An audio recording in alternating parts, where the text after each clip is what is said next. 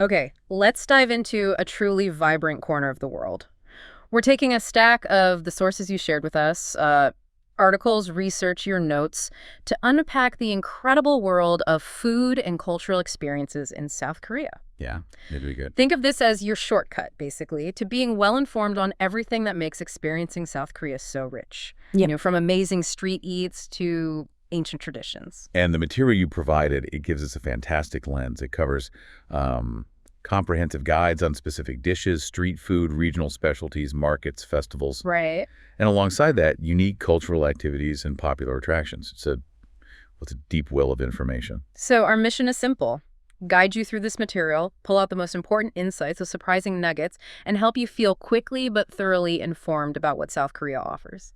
Okay, let's unpack this. Let's do it. Let's start right at the heart of Korean culture, which, based on your sources, is just undeniably tied to its food. Every bite really does seem to tell a story. Absolutely. And those stories often start with the foundations. Yeah. Kimchi, for instance. It's not just a side dish. It's the national dish. Right. A lacto-fermented vegetable, usually cabbage, that shows up at almost every single meal. Your sources really highlighted the immense variety, spicy to mild. Mm-hmm. And its cultural importance is cemented by kimjang. That's the traditional communal kimchi-making process. Oh, right. And that's actually listed as UNESCO Intangible Cultural Heritage. That communal aspect, the making and sharing, is key. Wow, communal making on a UNESCO list. That really underscores the depth of its meaning. Okay, then there's bibimbap, often called the king of rice bowls. Yeah. It's this beautiful, colorful assembly of rice, various seasoned vegetables, often meat, an egg, all mixed together with that iconic, spicy red chili paste, gochujang. And the material pointed to Jeonju as its historical birthplace, famous for its traditional style, often served in these lovely brass bowls. Okay. It's a great reminder that while we might see, the sizzling hot stone bowls with a raw egg as standard in some places, Yeah, that's what I picture. right, but the traditional form is much older, and, well, it doesn't always include those elements. Got it. And Korean BBQ, that's such a quintessential experience, isn't it? Interactive, lively, really built around sharing a meal, cooking together right at the table. That communal cooking is a huge part of it. And your sources emphasize that in Korea, pork is really king for BBQ. Pork, not beef. Well, beef is more of a special occasion meat, partly due to cost. Pork is often preferred for its flavor, its texture. Interesting. Places like Jongdaepo in Mapo or Hongik Seoul Galbisojim Gui were mentioned as spots known for their technique, sometimes pre-cooking the meat slightly. Oh, okay. And you always get that amazing spread of banchan, those essential little side dishes that make the table so vibrant. Just tons of them. Oh, yeah, the banchan. So beyond those absolute staples, the sources highlighted so many other dishes. Comfort food, deep flavor, kimchi jjigae, for instance, framed as the ultimate comfort food stew, perfect for chilly weather. Definitely. It typically features aged kimchi, tofu, pork, Mm-hmm. but your material mentioned versions even with canned tuna, which is interesting. Canned tuna. Yeah. And what's interesting is how certain places specialize. Like Omori Jjigae is noted for using aged 3-year-old kimchi in their stew. Gives it a deeper tang. 3 years old. Wow. And then there's Gwanggwamun Jip near Gyeongbokgung Palace. Keeps it super focused. They only serve kimchi jjigae and gyeromari, that rolled omelet. Tiny place. Okay, simple is good sometimes. And the chilled buckwheat noodles, naengmyeon, which actually originated in North Korea, right? That's right. The Pyongyang style, known for its light, clean broth, seems to be a specific focus in the sources you gave us. So how do people eat it? Well, they're often eaten, perhaps surprisingly, after a rich BBQ meal. After? Yeah, as a palate cleanser. Diners can customize the broth with vinegar and hot mustard. Wu Leok is a famous name that came up, Right. as well as Dongmu Bapsang, which is run by a chef who actually defected from North Korea. So a really unique perspective on the dish there. Fascinating. And we absolutely have to talk about chamak, the legendary pairing of fried chicken and beer. Oh, yeah. Your sources dropped a wild fact. South Korea actually has more chicken restaurants than McDonald's locations worldwide. It's a staggering number. It just shows how central chicken is to the food scene. Totally. The material discussed the two main styles, the classic thin, crispy, starch-based crust, and then the more modern, thicker, flour-based version. Okay. And a key insight here, I think, is that finding the really good, authentic chamak experience often means skipping the touristy places, Right. Avoid the lines and the photo takers? Exactly. Head to a neighborhood chicken hof. These places usually packed with locals, maybe middle-aged men enjoying a beer. Huh? Okay. Any names? Tutu, chicken, and chicken bengi were mentioned as solid choices. Chicken bengi is known for padok. That's chicken with loads of green onions. Sounds good. And for something different, Norunji Tongdok offers spit-roasted chicken, served over crispy scorched rice. Oh, nice.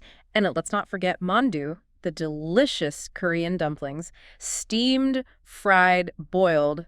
Sounds versatile. Very, with all sorts of fillings. And, your sources covered even more, just showing the sheer breadth of Korean cuisine. Yeah, like what else? Well, spicy stews like sundubu jjigae, marinated meats like bulgogi, japchae glass noodles, unique items like yukwae, that's like a steak tartare, and teo galbi, grilled patties. Okay. And then significant regional dishes. Busan's pork soup, gwachigookbap, Chunshin's spicy duck galbi, Jeju's famous black pork hooked weji. Wow, the list goes on. It really does. So what stands out from looking at all this is that exploring Korean food isn't just about, a few famous dishes we might know. Right. It's about diving into incredible regional diversity and understand that every dish has variations, history. It's complex. Okay, from the restaurant table, let's step out onto the sidewalk, talk about the absolute thrill of the street food scene. One source describes Seoul street carts like boats of food on wheels. That image just sticks with you.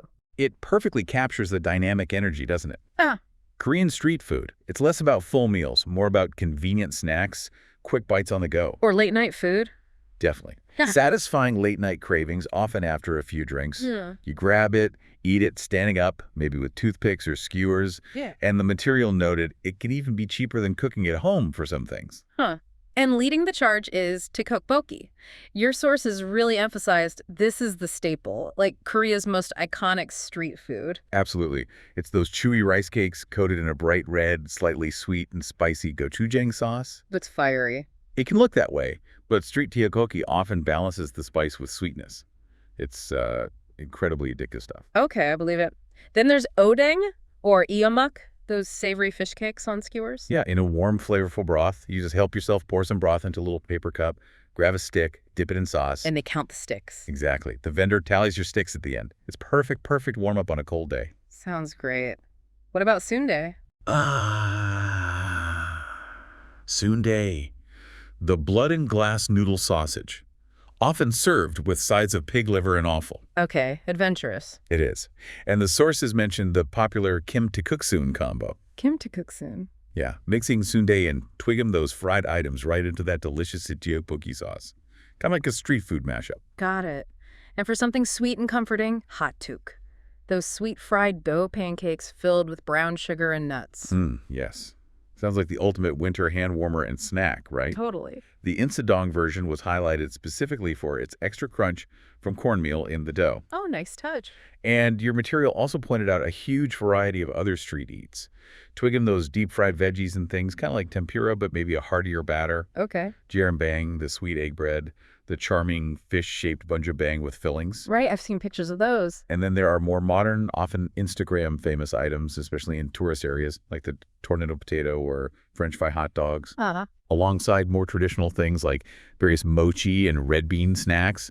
Just tons of options. And the sources really highlighted the different street food hot spots, the places to go. Yes, definitely. In Seoul, Myeongdong is described as incredibly busy, very touristy, known for being a testing ground for unique, almost wild creations, like the lobster with cheese, one source mentioned. And apparently, that's where the tornado potato was born. Wow, okay. Myeongdong. Insadong is also touristy, but has its own distinct feel and that specialty crunchy hotdog. Hongdae, the college area, has a constantly changing, crazy street food alley. Feels like a culinary test kitchen, always something new. Sounds fun. Then you have the traditional markets like Namdaemun, which is a huge shopping hub but also has great street food options. Yeah. And Gwangjang Market Historical became a real culinary destination, famous for things like bindaetuk, those mung bean pancakes. Oh, yes. And mayat kimbap, those addictive little drug kimbap rolls. They're tiny but so flavorful. Mayat kimbap, noted. The material also mentioned Busan's street food. It did, yeah. Particularly around Jigaochi Fish Market for seafood, obviously, and BIF Square for their special Busan-style hotteak. Okay, so here's where it gets really interesting. The sources seem to paint a picture of street food as far more than just quick eats. It's like a dynamic, ever-evolving, deeply ingrained part of the urban rhythm. Absolutely. It's a living, breathing part of the culture. A social scene, a place for innovation. Right. Okay, moving beyond the incredible food, though it's hard to, your sources reveal a wide array of unique cultural experiences that really showcase different sides of South Korea. Yeah, let's start with stepping back in time, sort of. Right. Wearing a hanbok, the beautiful traditional clothing, that's highlighted as a key experience. And it looks amazing in photos, but there's more to it. Definitely. Not only do you feel like you've stepped into a historical drama, but wearing one actually gets you free entry to the main palaces in Seoul. Free entry. Nice. Yeah, like Gyeongbokgung and Cheongdeokgung. It's a way to connect directly with the Joseon era, not just look at it. That's a fantastic way to encourage interaction with history. And you can extend that traditional immersion by staying in a hanok, a traditional Korean house. Exactly. The sources describe hanoks as being appreciated for their simple, aesthetic architecture, that tranquil atmosphere. Often involves sleeping on a comfortable futon called a yo on the floor in a pretty uncluttered space. Where's best to try that? Jeonju and Jeonju were mentioned as wonderful places to experience staying in a hanok. Okay. And for a different kind of historical and spiritual immersion, a temple stay. Your notes mention this as a unique journey. Yes, it sounds truly special. Experiencing life as a Buddhist practitioner, often in these ancient, thousand-year-old temples. It includes things like meditation, tea ceremonies. Sounds peaceful. The notes described it exactly like that. Peaceful and healing. A real escape. Then there are folk villages, like living museums. Sort of, yeah. Places like Naganupseong or ones on Jeju Island. They offer a glimpse into Joseon-era life and architecture. You can even see how roof styles thatched versus tiled reflected social class. Interesting detail. And the National Folk Museum in Seoul provides a look at more recent history, 19th and early 20th century life. Plus, for hands-on cultural engagement, the sources mention traditional classes. Like what? Things like cooking, ceramics, pottery, or even crafting your own perfume. Lots of ways to learn a skill. Okay, cool. Shifting now to the more modern, social, and uniquely Korean experiences. Jjimjilbangs, highlighted as a major icon of the culture. These public bathhouses and spas sound fascinating. They really are. They're often open 24 hours, relatively inexpensive, like around $8 maybe. Wow, that's cheap. Yeah. So they're popular places for families, friends to gather, relax, soak, use the saunas. And you can even spend the night there quite comfortably. Spend the night. Oh, yeah. Your material mentioned the specific rituals, too, like making the Yangmyeori sheephead towels out of bath towels. Haha, I've seen those. Right. Sipping CK, that sweet rice drink, and cracking open hard-boiled eggs that were cooked in the sauna heat. They're much more than just baths. They're community hubs for relaxation and socializing. Spa Land in Busan was noted as a large, modern example. A whole community hub. Okay. And speaking of social hubs, noraebang, or karaoke, presented as incredibly popular, right? A go-to for unwinding, fun with friends. Absolutely massive. Yeah. The sources noted how accessible they are, quite cheap for a private room, and they even have solo rooms. Solo karaoke rooms. Yeah. For people who just want to practice or belt out ballads alone without judgment, it's a really significant part of modern social life in Korea. I can see that. Connecting to the global phenomenon, K-pop dance lessons were mentioned, a fun, active way to engage with that huge part of contemporary Korean culture. Exactly. Get moving, learn some choreo. And for pure entertainment, theme parks like Lotte World with indoor and outdoor sections are popular. And the sources mentioned something funny about school uniforms. Yeah. Apparently, renting school uniforms to wear inside the theme park is a fun trend. Kind of like a costume party vibe. Okay, that's quirky. Your material also included experiences rooted in history and nature beyond the palaces. The DMZ, the demilitarized zone. Yes, dividing North and South Korea. Described as a unique, very powerful experience. It must be intense. For sure. It stands as this poignant symbol of conflict, but also the hope for peace.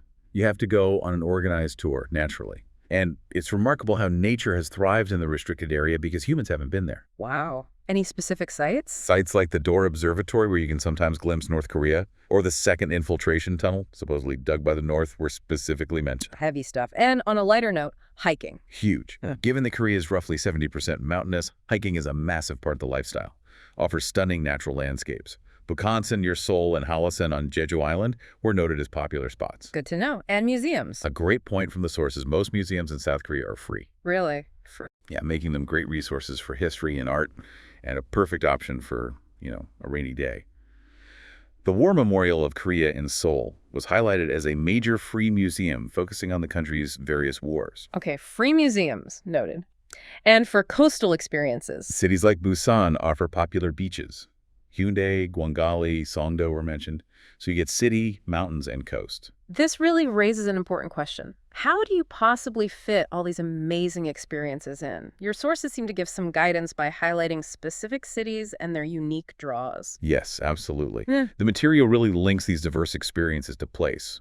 Seoul, obviously, the vibrant capital. It's a fascinating blend of modern skyscrapers right next to historic sites like the palaces and Bukchon-Hanok village. Right. It's the hub for those incredible markets we talked about, Myeongdong, Namdaemun, Gwangjang, and distinct neighborhoods like Insadong for traditional crafts, or Hongdae for youth culture, street art, music, Gangnam for the modern upscale side. And it's the base for DMZ tours. Usually, yeah. Right. Seoul acts as that central base for many things. Okay. And Busan, highlighted as the dynamic second city, the seafood paradise. Key mentions included the Jigaochi fish market, definitely. The visually striking Gamsing Culture Village, often called the Santorini of South Korea. Oh, I've seen pictures of that too. Very colorful. Yeah, it's beautiful. Plus the popular beaches, Busan Tower, and unique transport like the Busan Air Cruise cable car or the Sky Capsule that runs along the coast. BIFF Square and Gucci Market were also noted again for food and shopping. Got it. Then Jeonju, specifically the home of bibimbap. That's its claim to fame, Yeah. And known for its really well-preserved traditional Hanok village. So it's a go-to for traditional food in those Hanok stays. Makes sense. And Gyeongju, the historical museum without walls. Right. Ancient capital of the Silla Kingdom.